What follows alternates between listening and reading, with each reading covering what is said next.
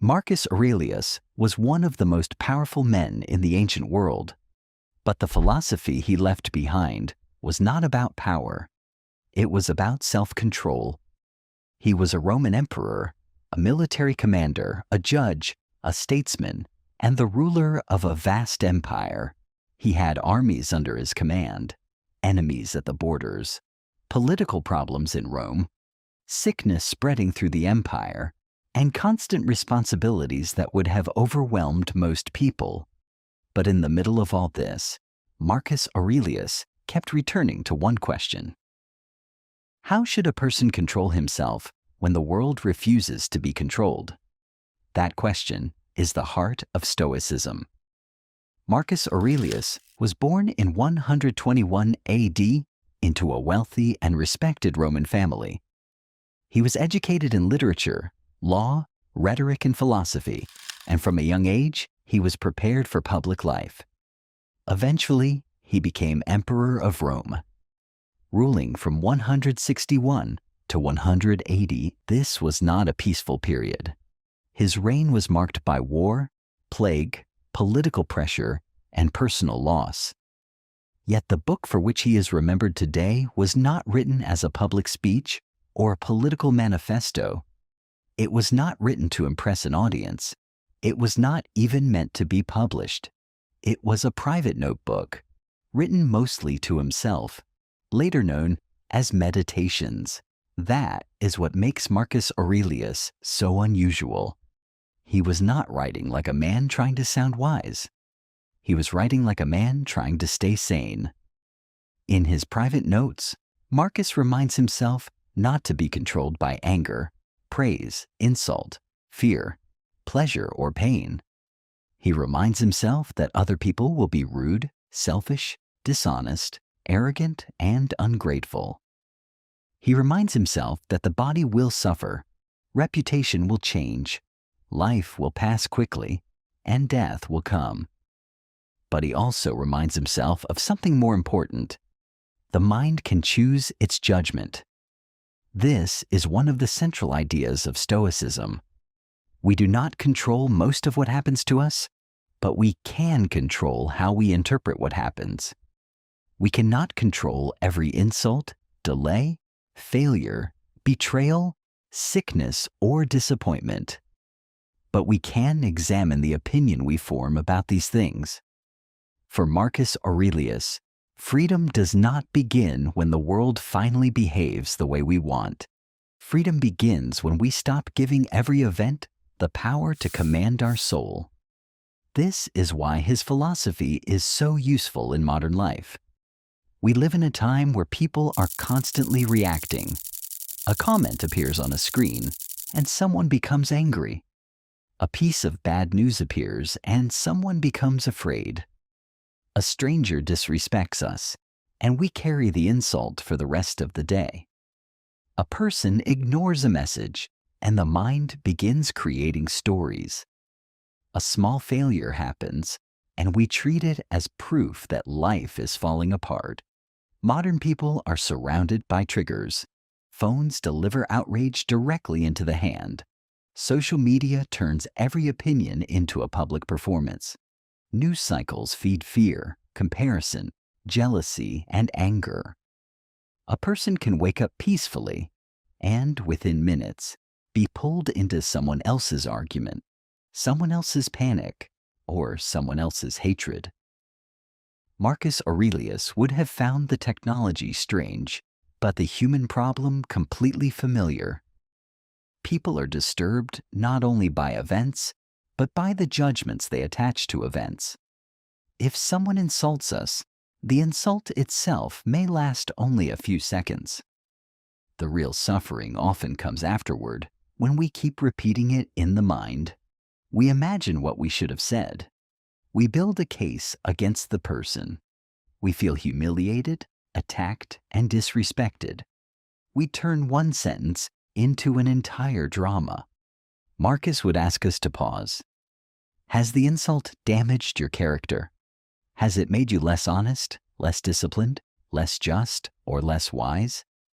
If not, then why surrender your peace to it?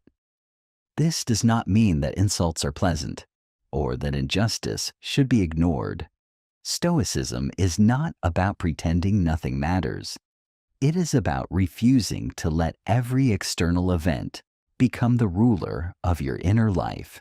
This is the first big lesson from Marcus Aurelius. You do not have to react to everything that touches you. A reaction feels automatic, but often it is a habit. Someone speaks rudely, and we immediately become defensive. Something goes wrong, and we immediately complain. A plan changes, and we immediately feel attacked by life. We act as if the event itself forced our response. Marcus Aurelius teaches that there is a space between what happens and what we do with it. In that space, character is formed. A person who reacts to everything is not free. He is controlled by the world around him. His mood depends on the weather, the news, the opinions of strangers, the behavior of coworkers, the approval of friends, and the small accidents of the day. He may believe he is independent, but in reality, his emotions are being pulled around by whatever happens next. The Stoic person tries to become less dependent on external conditions. He does not expect the world to be gentle before he becomes calm. He tries to build calmness before the world tests him. This was necessary for Marcus because his world was full of tests. He could not afford to be emotionally destroyed by every crisis. An emperor who reacts impulsively can ruin lives. A ruler who is controlled by anger can become cruel. A commander ruled by fear can make terrible decisions. A man ruled by vanity can become a slave to praise. Marcus understood that power over others is dangerous unless a person first has power over himself. That is the second big lesson. The greatest empire to govern is the self. Most people want more control over the outside world. They want other people to behave better. They want life to become easier. They want strangers to be kinder, enemies to disappear, partners to understand them perfectly, and society to stop being frustrating.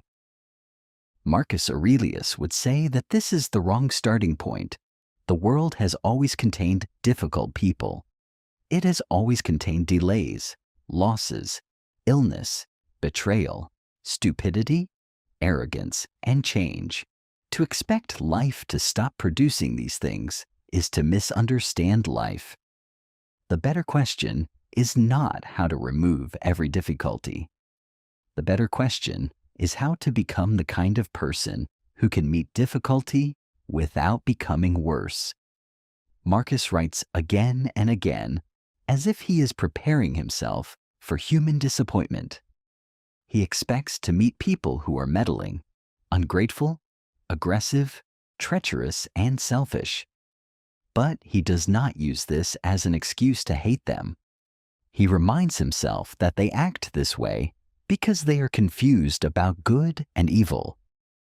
This is a very important Stoic idea.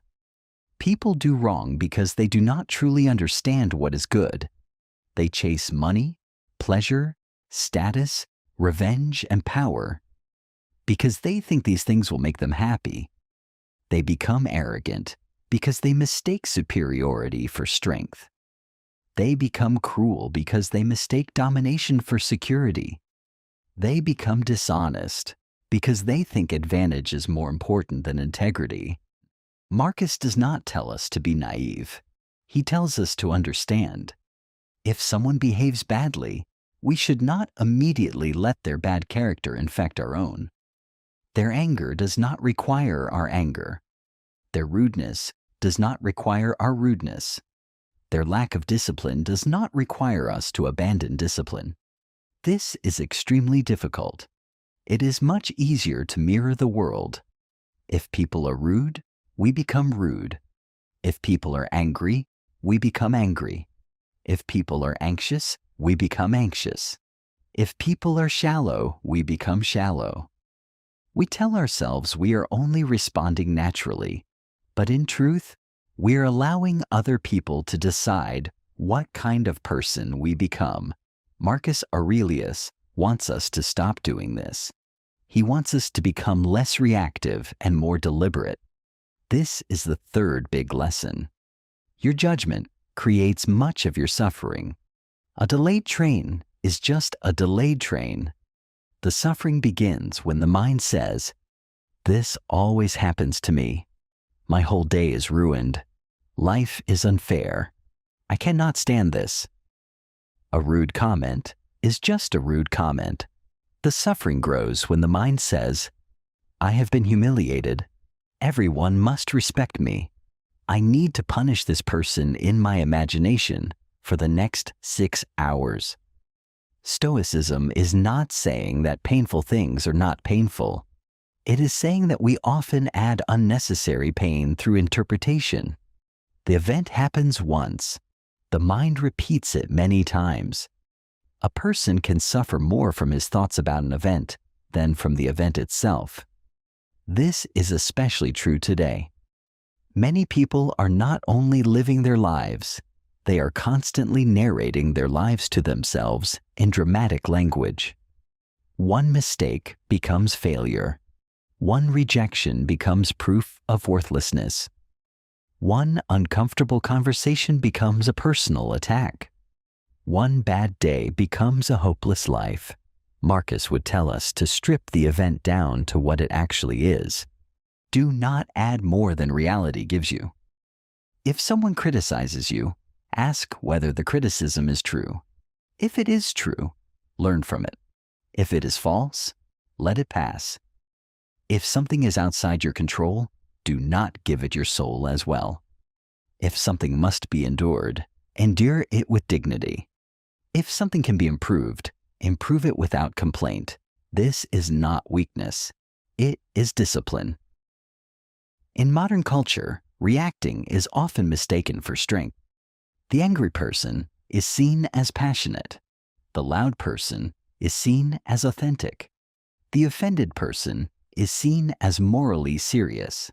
The person who refuses to react can be mistaken for coldness or passivity. But Marcus Aurelius would disagree. To be provoked easily is not strength. It is vulnerability. If anyone can make you furious with a sentence, then anyone can control you. If every insult changes your character, then your character belongs to other people. If every piece of bad news destroys your peace, then your peace is not really yours.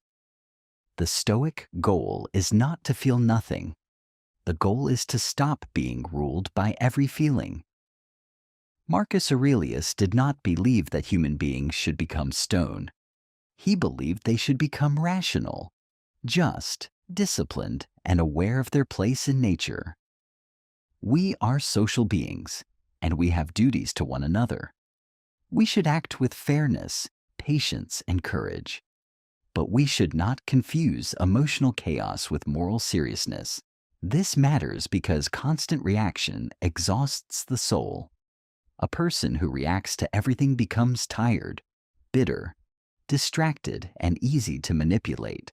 He loses the ability to choose where his attention goes.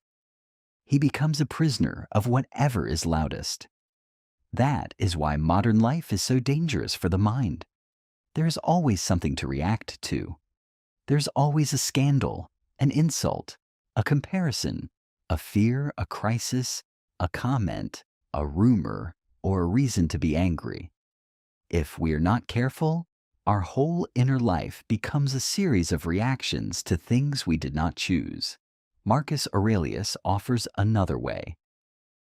He tells us to begin the day by remembering that difficult people will appear. He tells us to remember that life is short.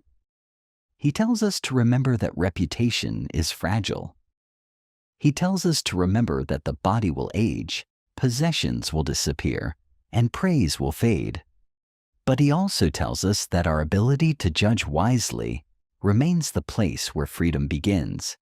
This is the final and most important lesson.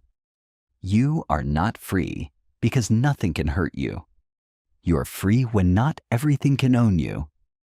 A rude person may speak, but he does not have to possess your mind. Bad news may arrive, but it does not have to destroy your character. A failure may happen, but it does not have to define your soul.